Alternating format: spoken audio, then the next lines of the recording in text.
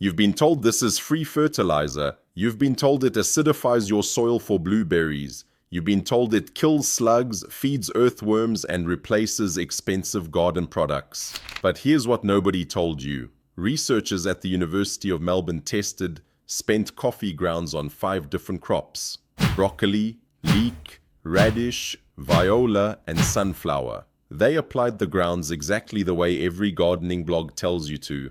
They measured the results carefully. Every single plant grew worse. Every single one. Regardless of soil type, regardless of whether they added fertilizer. The coffee grounds didn't help. They hurt. And that study barely scratches the surface of what's actually happening underground when you dump coffee grounds on your garden. By the end of this video, you'll understand the 5 ways coffee grounds damage your soil, including one mechanism that literally steals nitrogen from your plants while you watch, and the 2 correct methods that actually work, including a coffee trick that genuinely kills slugs, which I'll show you at the end. Millions of gardeners are doing this right now, saving their morning coffee grounds, sprinkling them around their tomatoes, their roses, their blueberries, feeling great about it. They're recycling, they're saving money, they're being good gardeners, and their plants are suffering. Here's the uncomfortable truth. Coffee grounds are not fertilizer. They are not a soil acidifier. And used incorrectly, which is how most people use them, they actively damage your soil. I'm going to walk through exactly what happens underground when you follow the internet's advice. The 5 mechanisms you've probably never heard of. Then I'll show you the 2 methods that transform coffee grounds from a garden hazard into a genuine asset. Stick with me because mechanism number 3, it's the one that destroyed my neighbor's entire tomato crop in 3 weeks. 20 years of gardening experience, 1 bad article, a whole season gone. Mechanism number 1, nitrogen theft. The first mechanism is the one that causes the most damage and gets talked about the least. It's called nitrogen immobilization, or more bluntly, nitrogen theft. Here's how it works. Your plants need nitrogen to grow. It's the N in NPK. Nitrogen is what gives them their deep green color, their vigorous stems, their healthy leaves. When nitrogen is low, plants turn yellow. They stop growing. They get stunted. Coffee grounds are rich in carbon. The carbon to nitrogen ratio of spent grounds is roughly 20:1. That's a lot of carbon. Now, when you dump that high carbon material into your soil, the microbes already living there go into a feeding frenzy. They see all that fresh organic matter and they rush to decompose it. But here's the problem. To break down that carbon, the microbes need nitrogen. It's their fuel, their energy source. And where do they get it? From the soil. From the same nitrogen your plants are trying to access. The microbes multiply rapidly and consume the available nitrogen in the surrounding soil. Your tomato plant, your pepper plant, your rose, they're sitting right there, roots extended, literally starving while the microbes eat their lunch. North Carolina State University analyzed the NPK of spent coffee grounds. The nitrogen content is there on paper, roughly 2%. But that nitrogen is locked. It's bound in organic compounds that plants cannot access. The microbes have to break it down first. And while they're doing that, they're consuming even more nitrogen from the soil around them.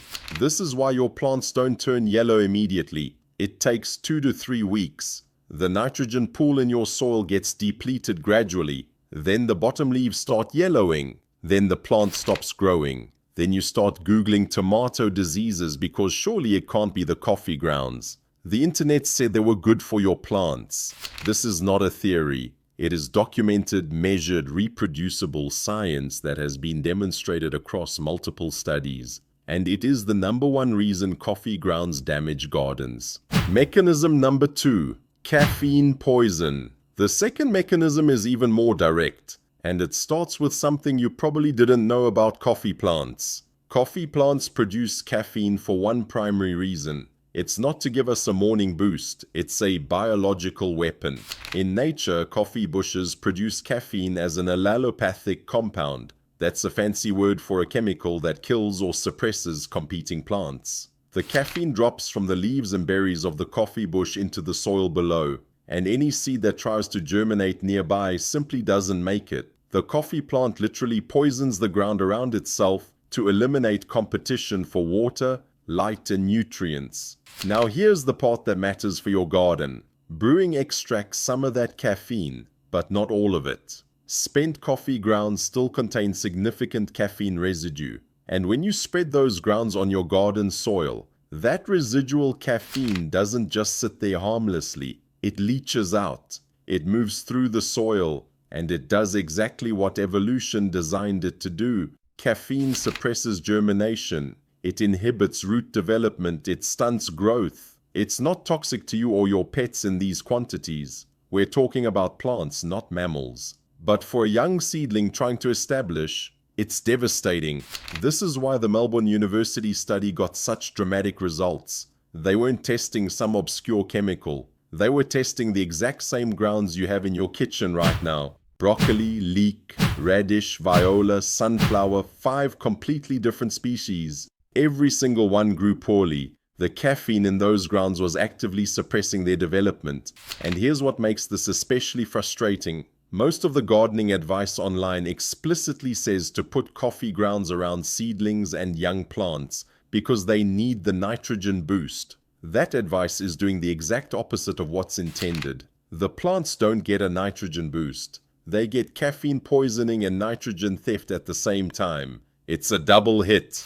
Alright, those are the 2 invisible mechanisms. The ones happening underground where you can't see them. Nitrogen theft, caffeine poisoning. But the next 2 are things you can literally watch happen. One of them turns your soil into a surface that repels water. The other is the myth that made all of this popular in the first place. And then I'll show you the 2 methods that actually work, including how your grandmother used coffee grounds, because she wasn't wrong. The internet just skipped the most important step. Mechanism number 3, the hydrophobic crust. Mechanism number 3 is the one you can see with your own eyes, and it's the one that destroyed my neighbor's tomato plants. Coffee grounds are very fine particles. When you pile them up around your plants, which is exactly what most people do because they've been told more is better, those fine particles compact into a dense mat. As the top layer dries, it forms a hard crust. That crust is hydrophobic. It repels water.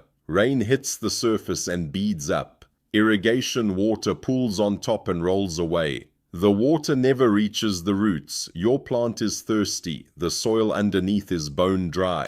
But there's a layer of coffee grounds on top forming a waterproof barrier that's actively preventing hydration. Meanwhile, underneath that crust, where it stays damp and dark, mold develops. The lack of airflow creates anaerobic conditions. The biological community in your soil, the beneficial microbes and fungi that keep plants healthy, start to die off. And the gardener, they're standing there wondering why their plants look wilted, even though they just watered them.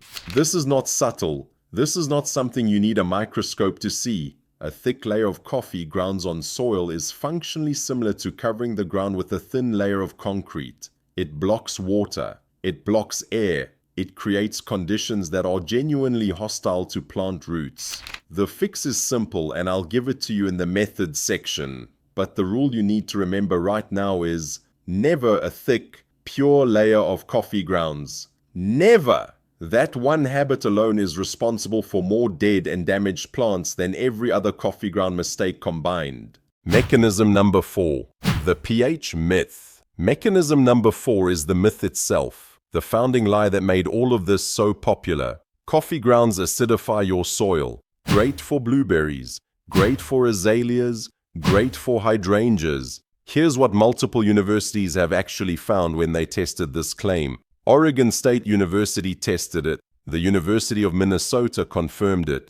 Washington State University reviewed the literature. The pH of used brewed coffee grounds ranges from 6.5 to 6.8. That is nearly neutral. The acidic compounds in coffee, the chlorogenic acid and others, are water-soluble. They dissolve into your cup of coffee. What's left behind in the grounds has very little acidity remaining. Whatever minor pH effect the grounds might have on soil is, in the words of Oregon State researchers, short-lived. So here's what's happening across thousands of gardens right now. Someone has alkaline soil. Their blueberries are struggling. They read online that coffee grounds lower pH. So they start piling grounds around their blueberry bushes week after week, expecting the soil to get more acidic. The soil pH doesn't move. The blueberries continue to struggle. And in the meantime, the gardener has been subjecting those plants to nitrogen theft, caffeine residue, and possibly a hydrophobic crust, all for a benefit that never existed. If you genuinely need to lower your soil pH for acid-loving plants, the appropriate tool is elemental sulfur, applied based on an actual soil test, not guesswork. Coffee grounds will not do this job. The USDA has confirmed it. Multiple university extensions have confirmed it. And yet the myth continues to spread because it sounds logical. Coffee is acidic. Therefore grounds are acidic. Therefore they acidify soil. The logic is clean. The science says otherwise. Mechanism number 5. The seedling killer. The fifth mechanism is specific to the most vulnerable stage of a plant's life. If you're starting seeds in trays, in pots, or directly in the garden, coffee grounds anywhere near those seeds is a mistake. Here's why. We've covered the nitrogen theft. Microbes consuming the nitrogen that tiny seedlings desperately need. We've covered the caffeine, evolution's own germination inhibitor, literally designed to prevent seeds from sprouting. But there's a third factor specific to seedlings. Young roots are fragile. They're just a few cells thick. They're pushing through soil that's brand new to them, searching for water and nutrients. When those delicate root tips encounter a pocket of concentrated caffeine, tannins, and polyphenols, all the bitter compounds that make coffee taste like coffee, they don't just slow down. In many cases, they die back. The Melbourne study observed this across every species tested. Seedling root development was suppressed. Early growth was stunted. The plants that survived were permanently set back compared to the control group.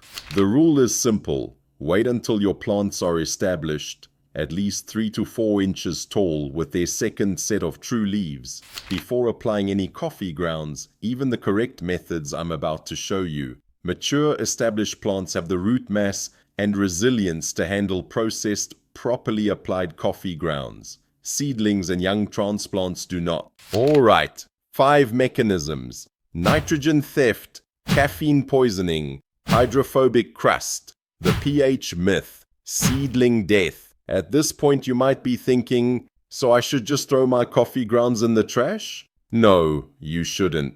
Coffee grounds are genuinely valuable. 6 million tons of free organic matter generated in the US every year. The problem isn't the grounds. The problem is how the internet tells you to use them. Your grandmother knew the right way. She just never made a video about it. Let me show you.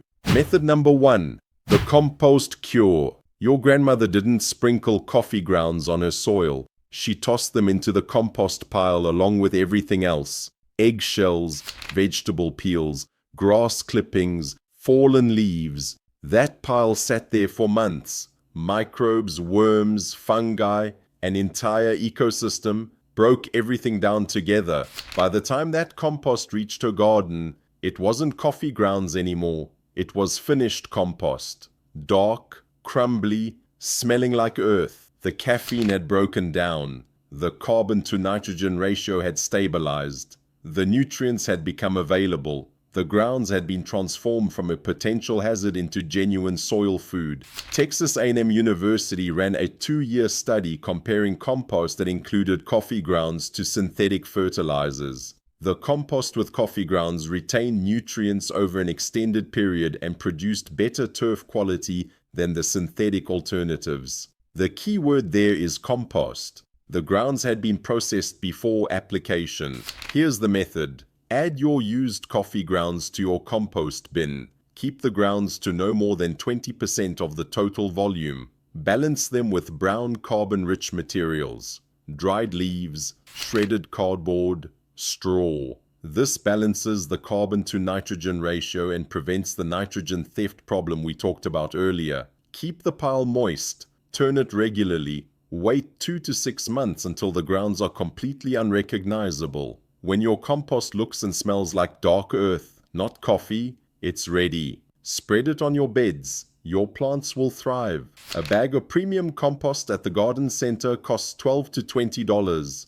Your compost bin with coffee grounds produces better compost for free. Method number 2. The liquid dilution plus the slug trick. The second correct method is a liquid dilution, and this one works fast. Take 1 cup of used coffee grounds, add them to 1 gallon of water. Let it soak for 24 hours, stirring occasionally. Strain through a cloth. Dilute 1:1 with fresh water before applying. Pour this slowly around established plants, not seedlings, not young transplants. The nutrients become soluble in the water, so they're available to plants much faster than direct application. It's gentler, it doesn't form a crust, it doesn't create concentrated pockets of caffeine. Washington State University found this method significantly reduces the risks associated with raw coffee ground application. And now for the slug trick, because I promised it. Oregon State University confirmed that brewed liquid coffee, not grounds, at a 1 to 2% caffeine concentration is genuinely effective at killing slugs. Make a pot of coffee, let it cool completely, pour it around slug-prone plants. It works. It's not the grounds that kill slugs, it's the brewed coffee. But this method is for the slugs, not for feeding your plants. Don't confuse the two. For soil health, use the compost method or the dilute tea. Let me lock this in. The coffee grounds myth has 5 ways it damages your soil. Nitrogen theft. Microbes consume the nitrogen your plants need. Caffeine poisoning. Nature's own herbicide. Still active in spent grounds. Hydrophobic crust. Repels water. Blocks air. Grows mold. The pH myth. Used grounds are near neutral. They won't acidify anything. Seedling death. Young roots can't handle the compounds. And the 2 ways to use coffee grounds correctly. The compost cure. Let your compost bin do the work for 2 to 6 months.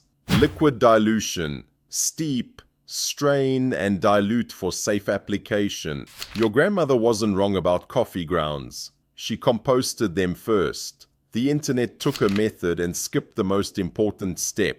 The one that takes time but makes all the difference. Coffee grounds are not fertilizer. They are not an acidifier. They are not a quick fix. They are a raw ingredient. And raw ingredients need processing. If this changed how you think about coffee grounds and maybe saved your tomato plants this season, hit subscribe. I share practical, science-backed gardening advice every week. No myths, no shortcuts that don't work, just the stuff that actually helps you grow. Drop a comment. How many of you have coffee grounds on your plants right now? No judgment, I've done it too. That's how I learned this. Thanks for watching. Now go check on your garden.